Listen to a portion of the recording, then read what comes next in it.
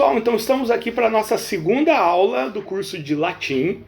Quem não viu a primeira não tem problema, pode começar a partir dessa, que a primeira foi só uma introdução, e a gente vai estudar aqui junto o curso básico de latim, Gradus Primus, do Paulo Ronai, que é um livro, opa, não está aparecendo, né? Ó, Gradus Primus, que é o curso básico de latim do Paulo Ronai, talvez um dos métodos introdutórios de latim mais famosos que temos.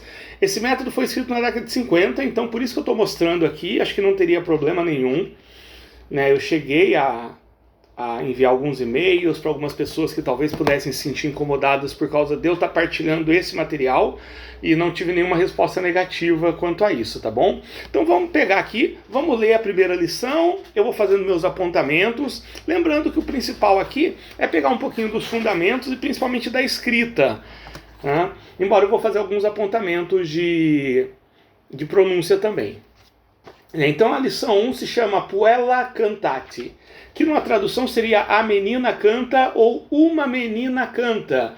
Uma coisa interessante é que no latim não tem artigo nem definido, nem artigo indefinido. Então puella pode ser tanto a menina, uma menina ou menina. A única coisa que dá para falar com certeza de puella é que está no singular. Então vamos ler aqui o texto, ó. Puella cantate, magistra educati, aquila volati. Puelle cantante, magistre educante, aquile volante.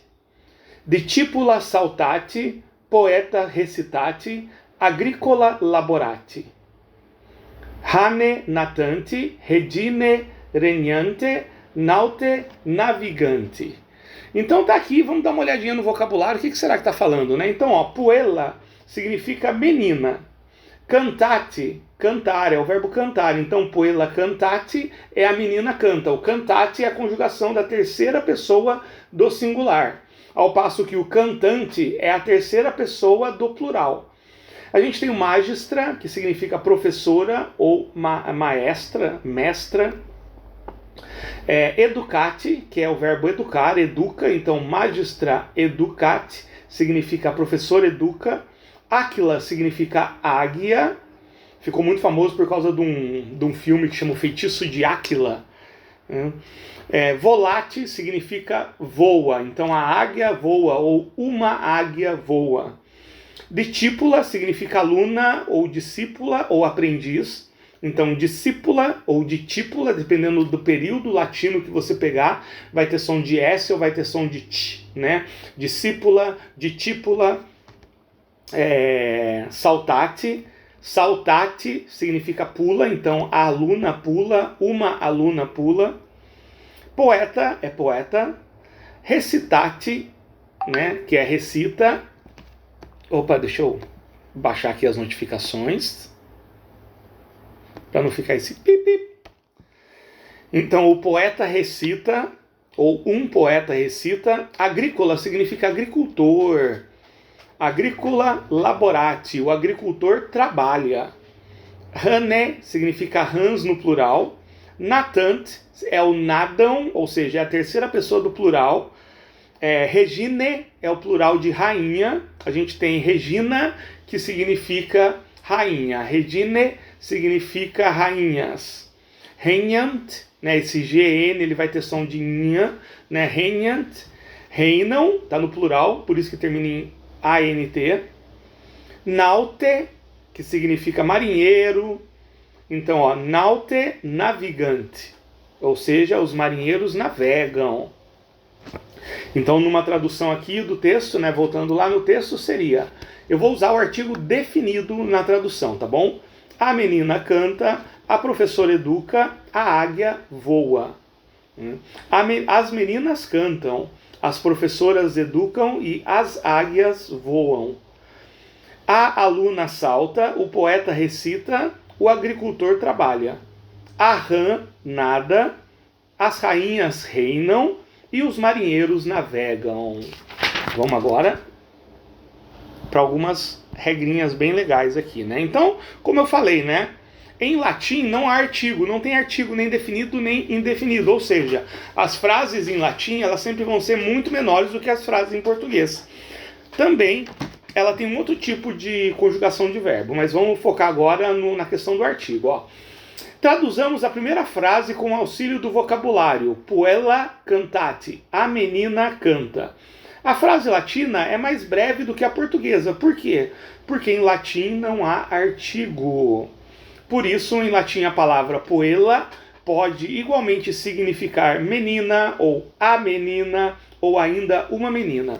Muita gente pergunta para mim por que não é poedia, né? Gente, aí o poedia já vai na pronúncia do espanhol, que foi uma língua derivada do latim. Então o latim, quando ele estava ali gerando essas derivações, que seriam o francês, o italiano, o português e o espanhol, ele acabou se modificando. Então o LL, né, o doble L, ele acabou tendo esse som em alguns países, né, de LH. Mas no latim, que a gente está pegando aqui na pronúncia latina, que a gente está tomando, ele vai ter som de um L só.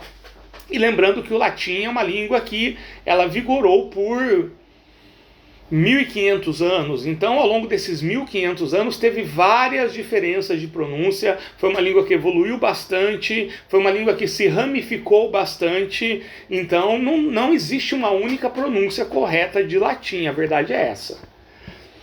Aqui no 2, ó, o sujeito e o predicado, né?